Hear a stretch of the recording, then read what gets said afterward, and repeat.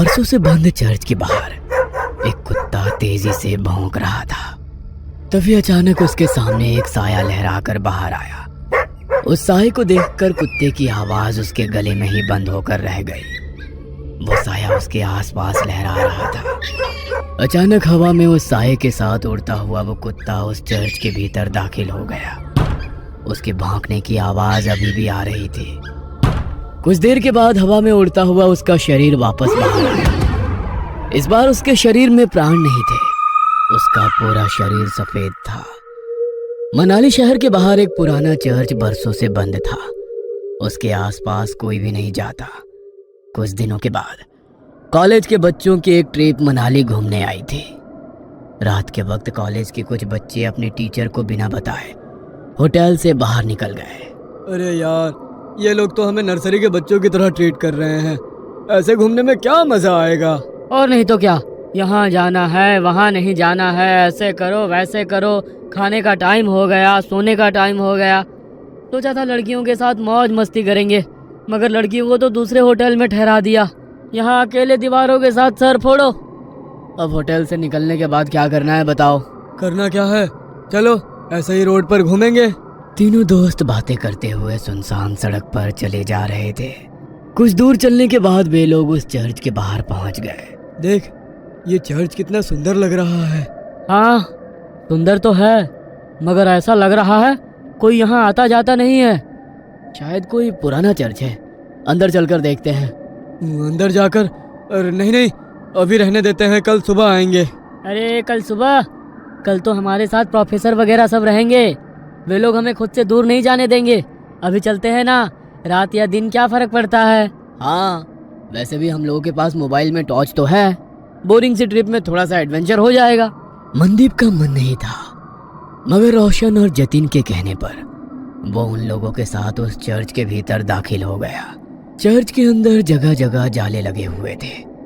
जैसे ही मोबाइल की लाइट से उस चर्च के भीतर थोड़ी सी रोशनी हुई, चमगादड़ उड़ते हुए चर्च के बाहर निकल गए। लगता है ये बहुत टाइम से बंद है, तभी तो चमगादड़ ने यहाँ पर डेरा जमा लिया।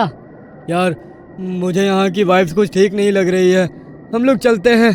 कहते हुए मनदीप पलटकर दरवाजे से बाहर निकलने वाला था। तभी उसके पैर किसी ने पकड़ लिए। वो जोर से चीखा। क्या हुआ? मेरा पैर किसी ने पकड़ लिया है। हैं? ये क्या कह रहे हो? कहते हुए उसने अपने मोबाइल का टॉर्च मनदीप के पैर की तरफ किया तो वहां पर रस्सी थी। उसे देख दोनों हंसने लगे। तेरा मन नहीं था ना आने का, इसलिए तू रस्सी से भी डर रहा है। कुछ नहीं, अंदर चलकर देख, यहाँ का आर्किटेक्ट कितना अच्छा है। कहते हुए वो उसका हाथ पकड़कर उसे अंदर ले गया। वे तीनों चर्च घूम ही रहे थे कि अचानक चर्च की लाइट जलने बुझने लगी। अरे, यहाँ पर लाइट कैसे आ गई? मुझे कुछ ठीक नहीं लग रहा, हम लोग यहाँ से चलते हैं। कहते हुए वो अपने दोनों दोस्तों के हाथ पकड़कर दरवाजे के पास गया, मगर अचानक ही दरवाजा बंद हो गया। तीनों दरवाजा खोलने की कोशिश कर रहे थे, मगर दरवाजा नहीं खुल रहा था। अरे, ऐसे कैसे हो सकता है? अभी तो ये दरवाजा खुला था। किसने बंद किया? प्लीज हेल्प, हमें डराने की कोशिश मत करो। कोई और रास्ता होगा यहाँ से निकलने का, ढूंढकर वहां से निकल जाते हैं। कहते हुए जतिन जैसे ही पलटा, दहशत के कारण उसकी आंखें फटी की फटी रह गई। उसने देखा उसके सामने एक नन खड़ी हुई थी। वो अपनी बड़ी बड़ी लाल आंखों से उन लोगों को घूरने लगी। ये क्या बला है, भागो यहाँ से। जैसे ही मनदीप ने उन लोगों को भागने को कहा, वो नन धुआं बनकर गायब हो गई। हैं? अब ये कहाँ गई? रोशन और मनदीप उसे इधर उधर ढूंढने लगे। तभी अचानक उन्होंने देखा कि जतिन जमीन पर रेंग रहा था।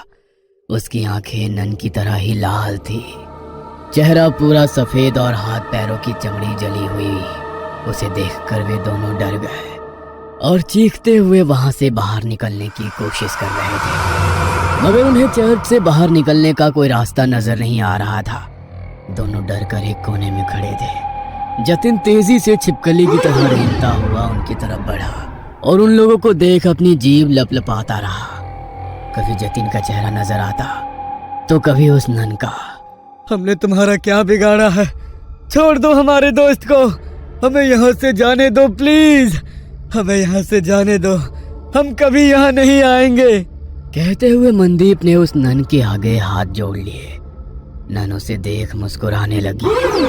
उस नन ने मनदीप का हाथ पकड़कर उसे अपनी ओर खींचने की कोशिश करी, मगर मनदीप के हाथ में गुरुद्वारे का पवित्र कड़ा था। उसे छूते ही नन को तेज झटका लगा और वो जमीन पर गिर गई और वो नन धुआं बनकर जतिन के शरीर से बाहर निकल गई। जतिन बेहोश जमीन पर पड़ा था। रोशन उसको होश में लाने की कोशिश करने लगा। जतिन जल्दी उठ जा, हमें यहाँ से निकलना होगा। जतिन प्लीज उठ जा। तुम लोगों को क्या लगता है कि तुम लोग इससे बच सकते हो? नहीं, तुम लोग अब उसके शिकार हो। यहाँ से बचकर नहीं जा सकते हो। वैसे भी यहाँ कोई नहीं आता। यहाँ गलती से कोई जानवर भी आ जाता है तो वो उसे नहीं छोड़ती। फिर तुम लोग तो इंसान हो, तुम लोगों का मरना तय है। मगर ना जाने क्यों मुझे आज ऐसा लग रहा है कुछ अलग होने वाला है। फादर कुछ और कह पाते, उसके पहले ही उसने रोशन का गला पकड़ लिया। उसकी सांसें घूटने लगी। वो कातर नजरों से मनदीप की तरफ देखकर चिल्लाकर बोला, मनदीप चले जाओ यहाँ से, भागो। तुम्हारे पास गुरुद्वारे की पवित्र शक्ति है, ये तुम्हें कुछ नहीं कर सकती है। भाग जाओ। मैं तुमको छोड़कर कहीं नहीं जाऊंगा। मैं कह रहा हूँ ना, तुम चले जाओ यहाँ से, चले जाओ। रोशन बार बार उसे जाने के लिए कह रहा था, मगर नन की पकड़ उसके गले पर तेज हो गई। उसके नाखूनों से उसके गले में गड्ढा हो गया। गले से बहते हुए खून को वो नन जीभ लंबी कर कर चाटने लगी। रोशन छटपटा रहा था। मनदीप को समझ में नहीं आ रहा था कि वो क्या करे। एक और वो नन तो दूसरी तरफ उसके दोस्त।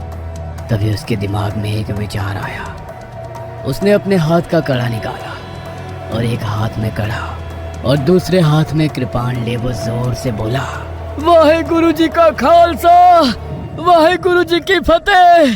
जो बोले सो निहाल, सत श्री अकाल। मनदीप ने वो कड़ा नन के हाथों में डाला और सीने में कृपाण डाली। वो नन छटपटाने लगी।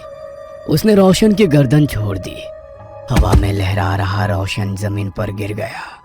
उस नन के सीने से काला गाढ़ा सा अजीब पदार्थ बह रहा था। जतिन अभी तक बेहोश था। मनदीप को मदद चाहिए थी, मगर उसके पास मदद के लिए कोई नहीं था। उसकी नजर यीशु की मूर्ति पर पड़ी। हे यीशु, मुझे तेरी प्रार्थना नहीं आती है, मगर तेरे घर में शैतान तेरे बंदों पर कैसे हावी हो सकता है? हमारी मदद करो। कहते हुए उसकी आंखों में आंसू आ गए।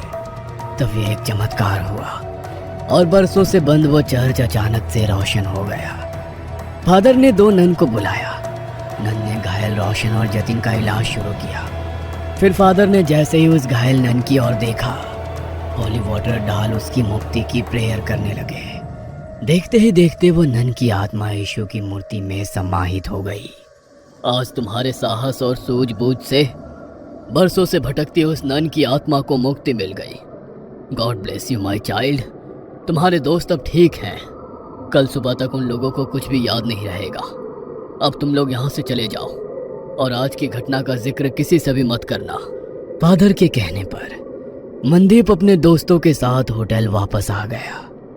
अगले दिन वे लोग जब मनाली घूमने के लिए निकले तो उसके दोस्त सब कुछ भूल चुके थे, मगर मनदीप उस खौफनाक रात को उम्र भर नहीं भूल सकता था। वो अपने साथियों के साथ उसी जगह से निकला तो मनदीप को कोई चर्च नजर नहीं आया। बस दूर खड़े वो फादर उसे देखकर मुस्कुरा रहे थे। उन्होंने उसके ऊपर होली वाटर डाला तो मनदीप भी कल रात की वो बातें भूल गया। मगर मनाली के लोग उन लोगों को कभी भूल नहीं सकते हैं, क्योंकि उनके कारण ही तो उन्हें इविल नन से छुटकारा मिला था। ये कहानी आपको अच्छी लगी हो तो हमें सब्सक्राइब करें, हमारा इंस्टाग्राम और फेसबुक पेज जरूर फॉलो करें। और हाँ दोस्तों, सब्सक्राइब करना भूलना मत।